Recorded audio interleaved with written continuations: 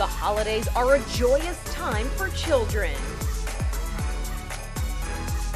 But not so much for some parents, who brave long lines and high prices to get their hands on the most popular toys of the season.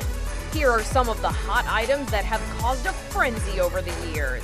Mr. and Mrs. Potato Head with their own cars and trailers. That's what's new. When Mr. Potato Head hit the market in 1952, it was the first toy ever to be advertised on television. It consisted of a kit with body parts and accessories, along with a styrofoam head. You could make a funny potato head with me, Super Mr. Potato Head. The plastic potato body was created in 1964.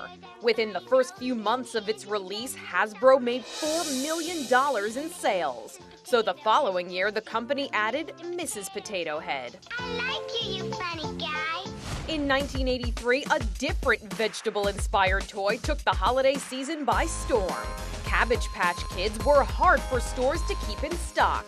They're each one of a kind, they're Cabbage Patch Kids. The dolls were available with various eye, skin, and hair colors. Each one came with its own name, birth certificate, and adoption papers. And it wasn't just toy stores that were seeing a boost in sales from the dolls. Here in Buena Park, a Toyota dealer is getting the Cabbage Patch Kids to help sell his cars. Jim and Ruth Boatwright are signing the papers on their new car, and a Cabbage Patch Kid is part of the bargain. By the end of the year, 3 million dolls had been adopted, according to the company's website. By 1985, toys started to get real. Hi there. My name is Teddy Ruxpin. How are you today?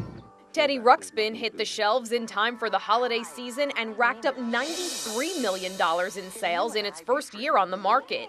Parents cringed as they shelled out up to $79 for the talking bear, plus more for the cassette tapes of stories Teddy would read to kids. Teddy Ruxpin remained in holiday high demand until 1988. By then, dolls seemed like a thing of the past, as a video game console captured children's attention. This is the world of the Super Mario Brothers. Put it on the screen, and where there was one kid, you'll soon find 2, or 3, or more. Nintendo Entertainment System had been around for a few years, but the quality of the games had vastly improved during that time, causing kids to beg their parents to go in search of them, including a reporter on assignment for his boss's kids. I'm in line too because the director of 2020 said, Stossel, I hate to ask, but you've got to help me get my kid a copy of Super Mario Brothers 2. I have to live with my kids for the rest of the year, so I have to have this on Christmas Day. 7 million units were reportedly sold that year. The games were so hard to come by, the company was accused of holding back inventory to create a bigger hype over its products. Representatives denied the claims. But the hype over the hot toy of 1995 really dampened the spirit of the holidays for some people. Beanie Babies were in high demand, and people weren't going to let something like the law stop them from getting one. Columbus, Ohio. 2 men are arrested on charges of receiving hundreds of stolen Beanie Babies. Shawnee, Kansas, police respond to a theft at this doll store where a bunch of Beanie Babies have been swiped. The plush toys were popular because they were thought to increase in value over time.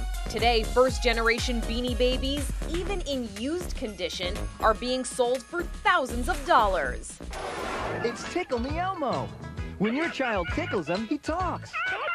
The company behind Tickle Me Elmo was laughing all the way to the bank in 1996. The beloved Sesame Street character came to life in this toy, which had every kid smiling. Unless they couldn't get one for the holidays, which was no easy task as stores couldn't keep them on the shelves, and many desperate parents turned to scalpers. Acting on a tip, we tracked down Paul from Bayside, who was offering one of the scarce toys for top dollar. It's a real Tickle Me Elmo, right here. How much? In the box, brand new, 200, or we can talk about it. Oh. Meanwhile, the doll retailed for $30. Tamagotchis were on every kid's wish list in 1997, and parents were thrilled that this virtual pet wasn't as messy as a real one. You need to feed it, play with it, exercise it, give it food. This is the food function, and you select it, and you can provide it with a meal or a snack. We'll give it a snack, and you just select it, and it's getting a piece of candy. Kids seem to love it, even though not caring for it had similar consequences to not caring for a real pet. Don't overfeed him. Yeah, then he dies. When one of these things dies, it can be somewhat traumatic for a little child. That didn't seem to affect its success. 12 million of the cute little eggs were sold worldwide within the first 8 months of its release. What's that? It's my Furby. And kids came down with Furby fever in 1998.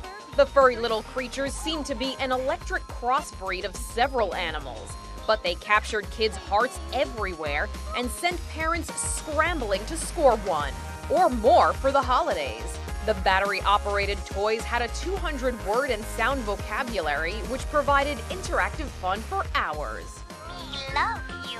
Long lines for hot toys are scarce these days with the rise of online retailers, much to the relief of parents who can now search for the next must-have toys from the comfort of their own homes. For InsideEdition.com, I'm Mara Montalbano.